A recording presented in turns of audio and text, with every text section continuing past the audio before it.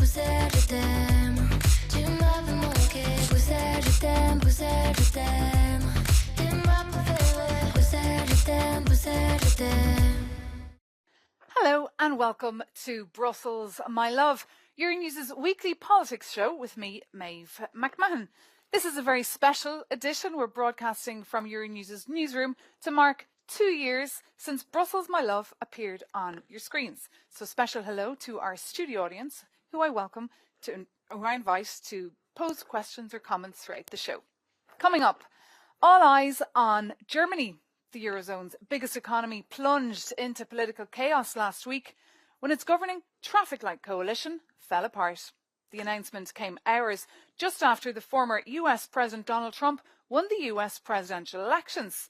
So we take a look at what the political meltdown in Berlin will mean for the immediate future of the European Union.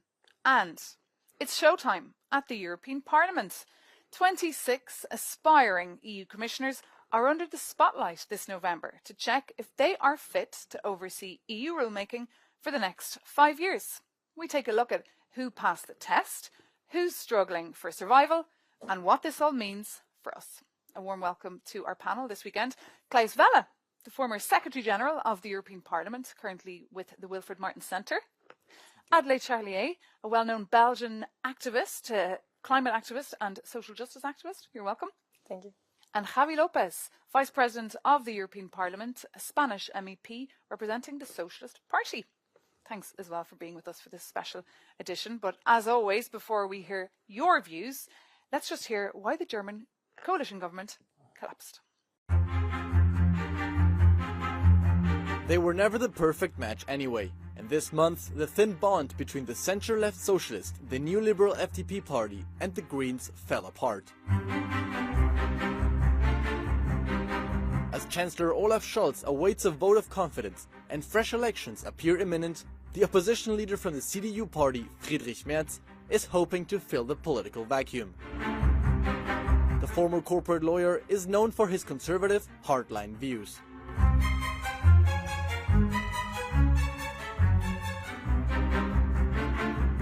From an EU perspective, stability in Germany is crucial to steer the Union through a choppy period. But with the country in its second year of sluggish growth and populist parties gathering steam, is Germany still a reliable engine for the EU?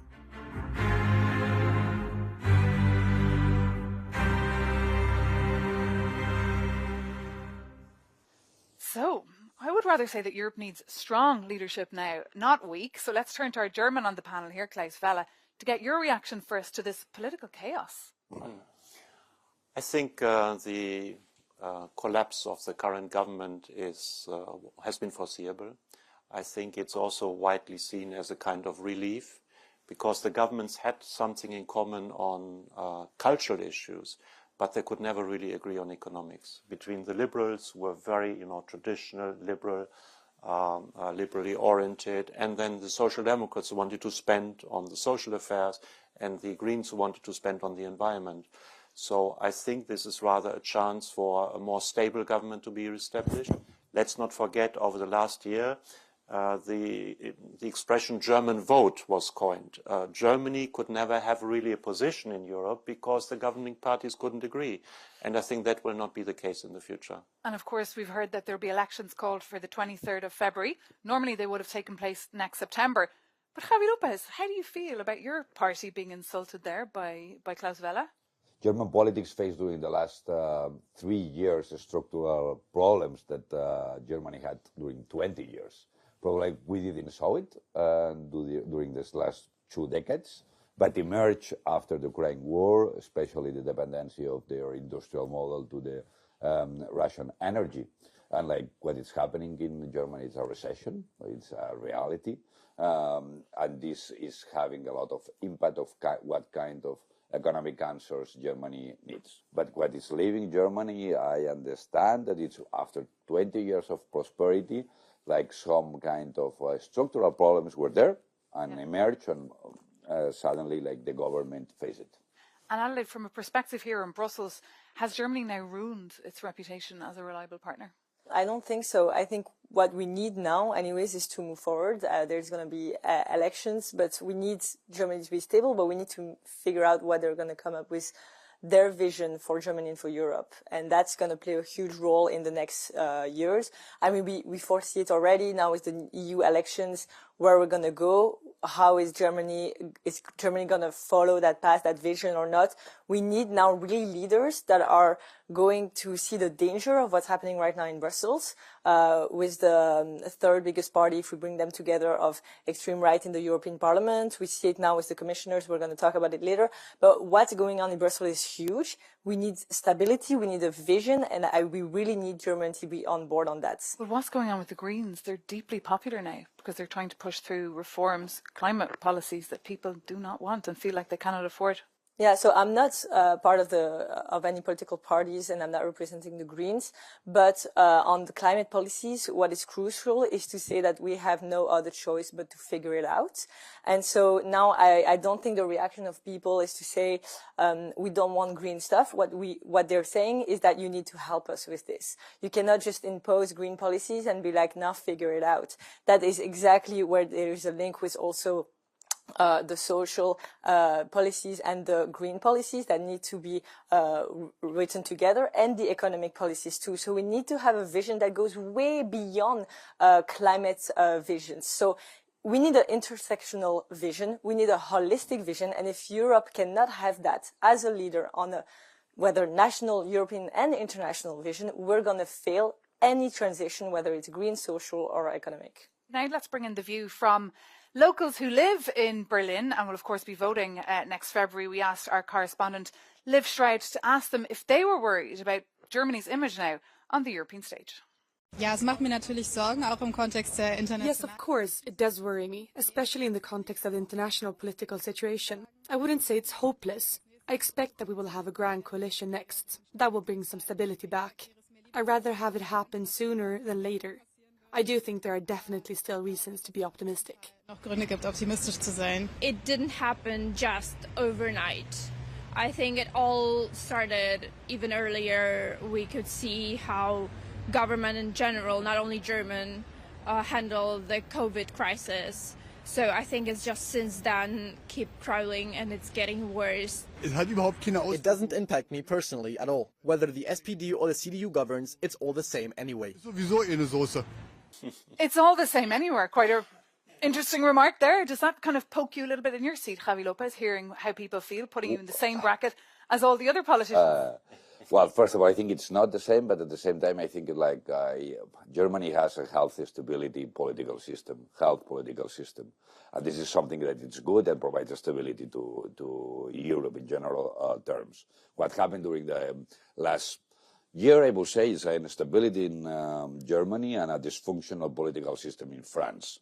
And this has an impact to Europe because we cannot move on in a big decisions in Europe without this engine working. And this is what we're trying to discuss here. Exactly. How will this impact policy making right here, this political vacuum in Berlin? Maybe let's say first that we have not only the German government, but we also have Ursula von der Leyen, who is also a German politician who is heading the European Union in the Commission. So just to balance out, the German contribution to the European Union over the last years. But I think instability in Berlin will now be very temporary. That's why I said I think German citizens are relieved because these three governing parties didn't fit together on economics. And that's what you said as well. So we will now have clarity. What was the final nail in the coffin, do you think, for the coalition? The final nail was that I think everybody tried to profit from the good debt situation in Germany, which was created after 16 years of Angela Merkel. The Greens wanted to spend it on environment. The Liberals wanted to lower taxes, and the Social Democrats had additional idea for social spending. And they couldn't agree finally on how to do this and combine with expenditure for the Ukraine war. And then the court in Karlsruhe, the Constitutional Court, told them that it was unconstitutional. Exactly, and that's why, as you have said, the last year was very difficult because they had to live within the means that were existing for the country. But Javi Lopez, if you lose Olaf Scholz around the table in the council, that leaves you just with 3 heads of state. Well, 4, because he's the 5th, but yes. Yes, this is the contribution that Olaf Scholz that it's doing, that it's making to our political family is remarkable. But anyway, we will continue being the second political family, second political group in the European Parliament, and we will see the German elections. Because also I want to remind you that Olaf Scholz was not expected winner in the last elections, and arrived as a winner, and he was able to build during the campaign a momentum. We will see what will happen. Adelaide, earlier you said you're not representing the Green Party here. What about young people, though, in general? Because we've noticed more and more young people in the kind of 18 to 24 year bracket are opting more for climate skeptic parties, like the far right or the far left. Yeah, so I would say that we see that younger people are voting more extreme, and the way that we can interpret that is just being annoyed of how politics is going. And so it's not climate skepticism, because that every study shows that across Europe, young people are super worried. They are in climate anxiety, and that are huge numbers, around 80% across Europe. That's a lot of people, a lot of young people. And so what creates eco-anxiety is not the IPCC report. It is the gap between the reports and our everyday life. And so it is the fact of not being able to bridge these two that creates this anxiety. So even if there are young people that worry about climate change or other topics, such as the rule of law also, or the question of women's rights, they will go to politicians that will bring them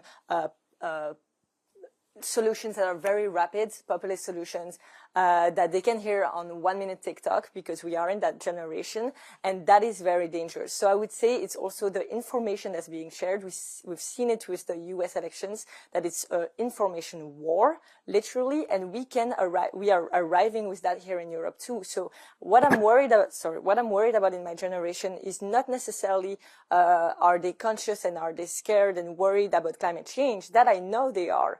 I'm worried about how we are going to organize ourselves to face that, because now our best answer is going to populist parties, and I'm really worried about that, because we are taking away our democratic rights or rethinking crucial aspects such as rule of law because we need quick answers to feel reassured. It's just to speak on climate change. I think, as you have said, it's completely undisputed that we need to do it, that the targets are right, but we have to do it in an intelligent way.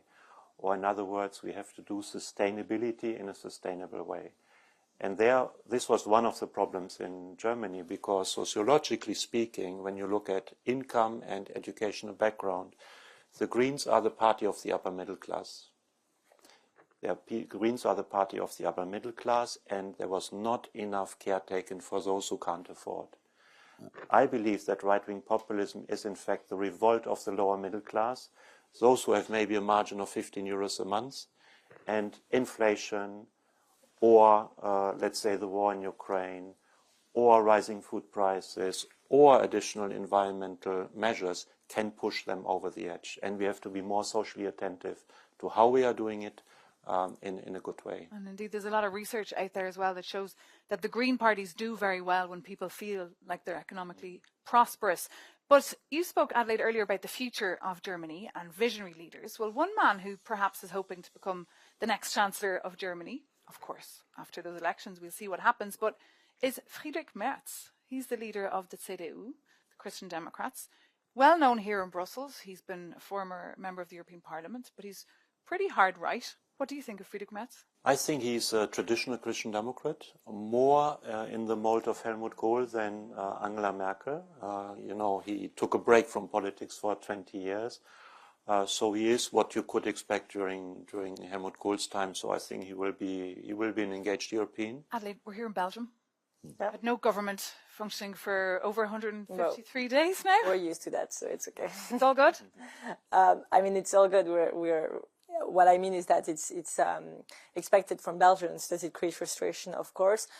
Do I prefer that we negotiate better now so that we have a strong government and don't have to vote again in a few months or years? Then we have to discuss. I really want us to have a stable majority. The election polls are very different from south and north of Belgium. So we need to figure out how we bring stability with these different views and what's the future for Belgium. I'm actually worried for that. What helps us is that we have, in the complexity of our political system, which Belgians don't really like, but I think is good, is that we have competences on regional level that are as important as federal level, and so that's why our country is able to run, even though we're still making.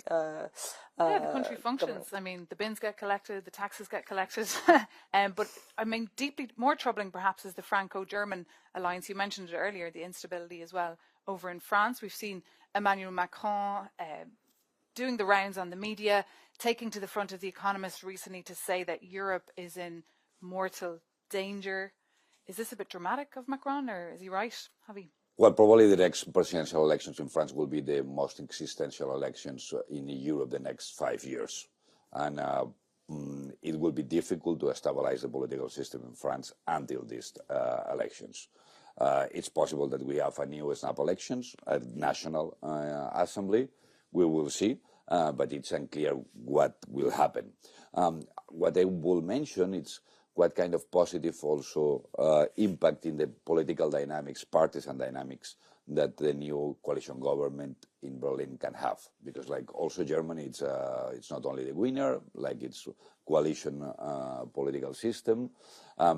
Here after the European elections, we have a really fragile ecosystem, political ecosystem, and it depends the coalition that Berlin can bring to Europe and can reinforce or not the coalition's dynamics and the relations that we have in Brussels. And also what I would expect is not only a view of Germany about Europe, also a coalition government that can help to reinforce the dynamics inside Brussels and the European Union, that it's extremely fragile, that we saw also during this process of the hearings. And of course, we haven't mentioned the fact that Donald Trump, of course, is preparing his next administration. He's already said he'll appoint Elon Musk as his efficiency director, I understand. But as we're touring the continent on these elections on this point, I'd like to also mention my home country, Ireland. They'll be having elections as well in a couple of years. And we wanted to check in with the political editor of the Sunday Times there to see, should we also be concerned about the situation there, that we might have a political vacuum too? So we can take a listen to his take to Hugh O'Connell. You know, incumbency is not popular this year in elections that we've seen so far.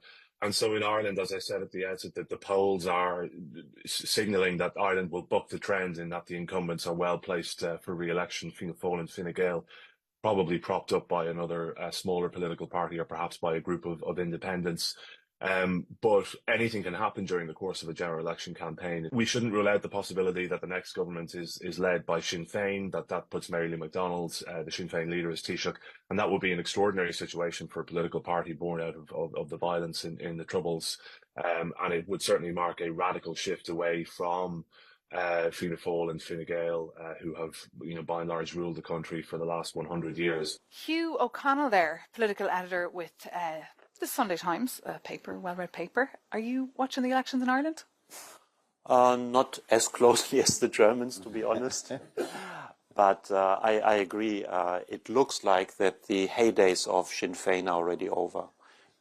Their figures in the opinion polls were much higher. There is now a better chance for Fine Gael and Fianna Fáil to continue an alliance of the centre. And I think that would be very good, let's say, also in the European context, to have that stability. And we could bring in an audience member now, Fiona Lavrelashvili, who works for the Wilfred Martin Centre. We were speaking about division and the need for a leadership, a strong leadership. But I also would like to stress that perhaps this vision is not an abstract word that comes as a wish list, and we cannot address all the problems at the same time. But my question is, and also your reflection on that will be appreciated, is that I'm worried about that in this vision, we don't speak a lot about the demography and the demographic challenges that the EU is facing, and very soon also, and we also see that labor shortages is a real problem, and we have to also attract the global talents, and we need to work on that. So how do you see this looming crisis that sometimes is overlooked, and at the end of the day, this can be one of the biggest crises and challenge of the European Union, demography and the labor shortages? Thank you so much for your question, Fiona. and for being the first to pose a question. Javi Lopez, is this something that's on your mind every day when you go to work? Well, not every day, but it is one of the structural challenges, and it talks about what kind of problems that we have. Like Europe could be in the future the museum of the world with old population, not competitiveness, nice like old buildings, but not ready to work and to be competitive in the world that we have. Demography is really linked to our economy, obviously. There is a real need in shifting of direction of where the youth talents needs to be, already a lot of industries that would have to close and go towards other types of industries. So there is a lot of shifting of workers that we will and of talents that we need to establish, and that needs to be really thought out well with the transition, following and being very close with the workers. Otherwise, of course, you have them in the streets, and that makes total sense.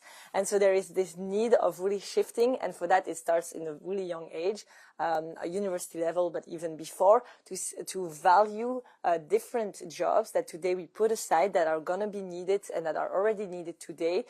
We don't have enough workers to put all the solar panels, to invest into the renewable energy and to literally put our hands in the soil. We have the farmers literally in the streets today, and we need more farmers for tomorrow in Europe, farmers that dare to have a vision and actually that are supported also politically. So all of that is what we need for tomorrow, and it's not jobs that are enough valued in our society. So that's also a European culture that we need to establish around work, and to assure that we have this transition.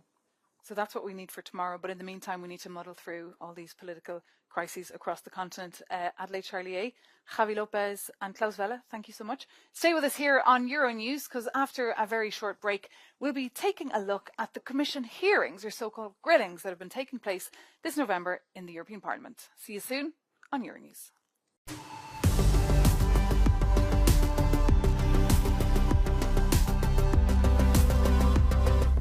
Welcome back to Brussels, my love, Euronews' weekly politics show with me, Maeve McMahon.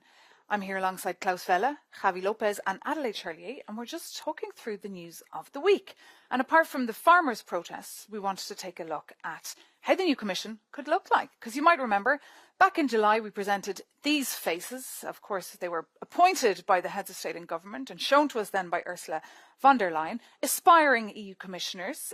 Their so-called job interviews or hearings took place this month in the European Parliament.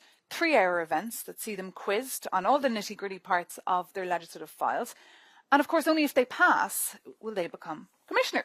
So Javi Lopez, I imagine these hearings have taken up a lot of your time this month. First of all, I think it's a healthy democratic exercise coming from the Parliament, a demanding exercise for the future commissioners. And also it brings opportunity to the Parliament to underline the role that has not only now during this process, also voting the college after the next 5 years. Yeah, it seems that they're highly skilled now in dodging the tricky questions and telling MEPs exactly what they want to hear. From a civil society perspective, Adelaide, what do you think of this exercise? We are worried and have been mobilizing against Rafael Fitto, who is represented by Italy and part of Meloni's party. We are really worried about the normalization of his presence, not only as a commissioner, but as executive vice president of the European Commission. This is worrying that there is a normalization, acceptance, and not the biggest debate that we find right now with these hearings coming up. And this is the biggest worry that I hear around me. And this is really something that we are confronting the European Parliament. And I would really want to know what your position is on that. What are you going to vote for Fitto? What's the position of the Socialists? What's the position of all political parties, and how do they defend their positions? Because it's quite interesting, because it becomes down to really just a lot of horse trading among the groups. Briefly answer that question, and then I'll bring in Klaus, because of course you've been in the Parliament for decades. So, well, we reject that Fitto has a vice president, executive vice president in the European Commission. This was from the beginning our political position. We understand that Fitto can be member of the Commission, and also I was following the hearing during the last previous days.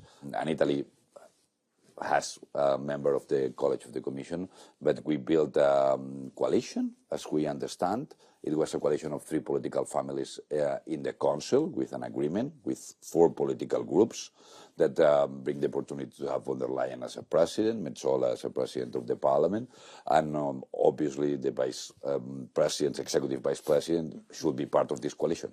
Klaus. I happen to know Mr. Fito because he was a member of the European Parliament and also a group leader, and I never had any negative experience with him. On the contrary, he has been very constructive, and we have to be careful to not say 30% on the right of the EPP, they're all untouchables. There are people there who are real extremists, and we can see, for example, in the hearings this week, the sovereignist group votes against everybody. As, by the way, the left group votes against everybody. But we should be very careful to not claim that everybody, just because they're coming from the ECR, is an extremist. But, for example, he didn't vote on the sanctions of Hungary on Article 7. He didn't vote on the support of several laws concerning the rights of women. So these are aspects that are worrying also about him. On the questions during the hearing, he decided not to answer this, but this is... he claims that he will be, of course, part of the Commission and taking the position of the Commission, which is reassuring, but still these are positions that he holds as a person, and so that means that we don't take that into account when someone comes up and becomes our leader.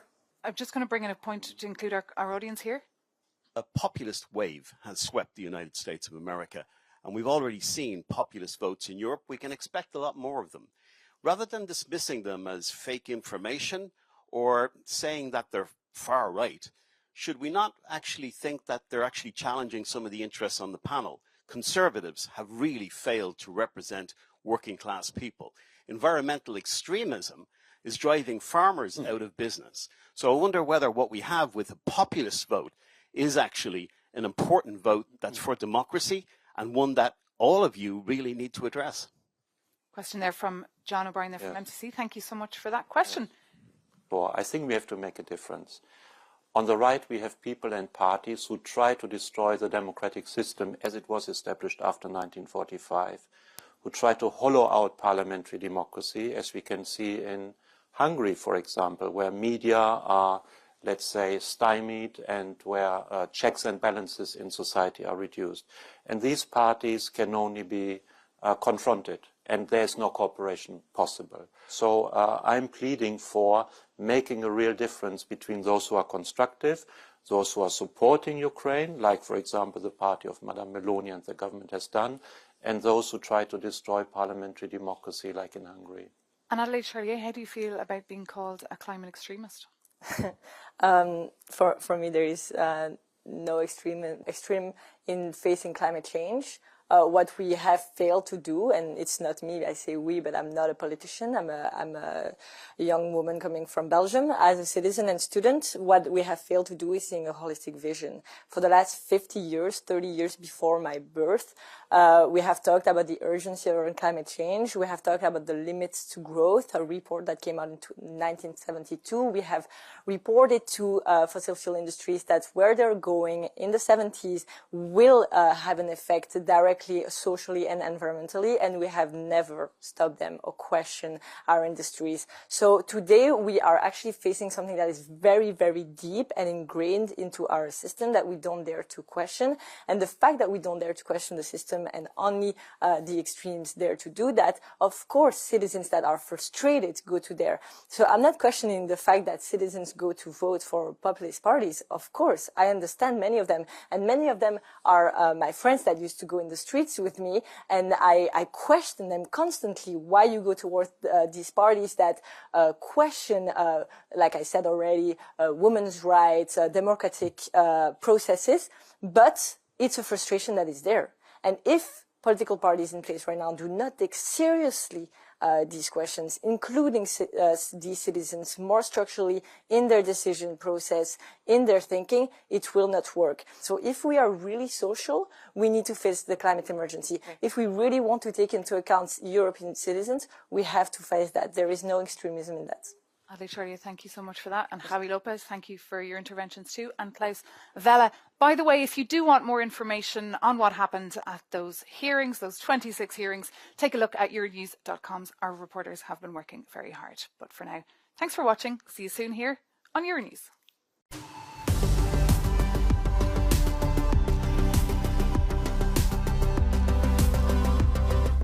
Hello there, welcome to Brussels, my love, Euronews' weekly politics show with me, Maeve McMahon. Well, this edition marks 2 years since Brussels, my love, first appeared on your screen, so we're delighted to have a studio audience with us, and of course my panel, which is Klaus Welle, Javi Lopez and Adelaide Charlier. Thank you for being with us to talk through the big stories of the week, and one we wanted to zoom in on was this, all about the preparedness report penned by the former Finnish President Sauli Niinisto.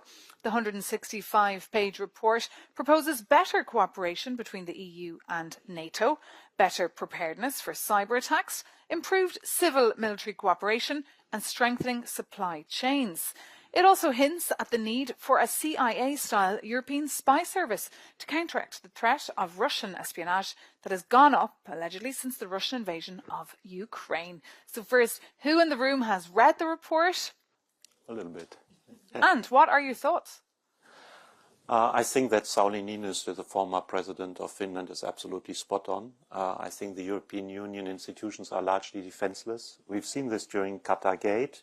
Yes, there was individual misbehavior, but there were foreign countries who tried to manipulate our democratic processes. And that was Morocco, but it could be Russia, it could be China. It is Russia and China. We want to be a geopolitical player and we can't even defend ourselves. So I made that proposal already 2 years ago in an interview with Stable Media that we build up our own proper services. But only now is this conversation seriously taking place, Javi Lopez, and we've seen a lot of reports of Russian sabotage. If we implement this report, could we be better prepared? Of course, and obviously this has a consequence with the new elections in USA, and that we have to be owners of our security and our destiny, and then we need capacities to protect ourselves, to protect our economy, to protect our social and political model, and to protect our society. And for that, you need intel. This is one of the tools that you need. Even we don't coordinate all that we could coordinate with the intel agencies that we have at national level. Even we have this problem, and obviously it makes sense that we have it one at the European level. Well, that's down to probably a serious lack of trust. What are your thoughts, Adelaide, on this report, and also about the fact that the Commission will have, for the first time ever, a defence commissioner? I think it's interesting. I think it's totally normal seeing the international context of where we are right now. It is an important shift, and it is around me. What I hear from young people around me is that it's scary to see that we have to get here. This is for us something that is not part of our generation. We have only seen such things in historic books, and we worry seriously, of course, about it. What's tricky and what's worrying for us as engaged citizens is that developing such intense, of course, defense that is for some needed will take a budget from other visions, such as, of course, as you see me coming, climate. But we have to be very careful into the details of developing that. And it's going to cost as well. But for now, I've seen a lot of MEPs welcome the report, like Ora Sala, Finnish MEP. She said this was a wake-up call for EU security. It pushes a comprehensive whole-of-society approach to tackle the threats of today and tomorrow. This point, Klaus Welle, on improving cooperation between the EU and NATO? I think it will work. I've been elaborating together with the Madden Center a 10-point action plan how to come to European defense. And I believe NATO and the European Union are absolutely complementary. We were already during NATO. We can do things NATO cannot do. Like yesterday, the Commission decided that we can use money from regional funds for military mobility. We need to invest into research. We have a huge research budget. The NATO has 1 billion altogether, which is not very much. So we have to build up our own European defense because we cannot be dependent on Vladimir Putin, but neither on the mood swings of Donald Trump. Well, we also wanted to bring in another perspective, so we spoke to Piotr Arak from the University of Warsaw. He read every single page of that report. Take a listen. For the European Union to become a geopolitical power, more intelligence sharing is detrimental, basically, to our survival. And what is funny is that before, the European Union as a peaceful economic development mechanism didn't thought about security issues at all. So this was a pretty small element of the whole European package. If we're going to be able to survive a hybrid attack, we need more preparedness of the civil population, more cooperation between the civil and the military services. Also, the European institutions were very passive in terms of how espionage developed in Brussels and in other capitals within the European Union. And this has to change. So that was Professor Piotr Arak there, stressing how important it is for us to share information and intelligence, because that's also the big issue. We have a question there in the front row. Yes, thank you very much. Don't you think that Europe in general, the EU, has been quite naive about the threats coming from outside? We have foreign governments interfering in what's happening in Brussels. Don't you think that might be a bit too late to do anything? Or what should we do to make sure that democracy remains our value, basically? Thank you so much for your question. And that question comes on the back of an internal memo that was sent as well to Commission staffers, saying that Brussels is seemingly crawling with spies and that Brussels is indeed one of the world's biggest spy hubs. Javi Lopez. Well, I think so, but I think it's not late. The reality is the international context is more brutal, aggressive, dangerous, ugly. And it's not the kind of international context that we were used to, and this is our reality. And at the same time, we have doubts about our transatlantic historical relation, because in general terms, we had externalized our security dimension to USA during 70, 80 years, after 45. And this is something that we cannot do it anymore. We have to learn how to protect our democracy, how to be in charge of our security and defend our view of the world. And our view of the world also includes like human rights, democracy, multilateral order. We can conclude this conversation. Thank you so much, Adelaide Charlier, as well, for being with us, and Klaus Vella. And thank you so much to our audience for your comments and your questions, and as well to our loyal viewers. Thank you so much for being with us for the past 2 years, for tuning in to Brussels, My Love, every weekend, and also for sending us comments. The email address is still brusselsmylove@euronews.com. Do reach out to us, and also you can find us on social media. We'll always get back to you there as well. Thank you so much for watching. Take care and see you soon on Euronews.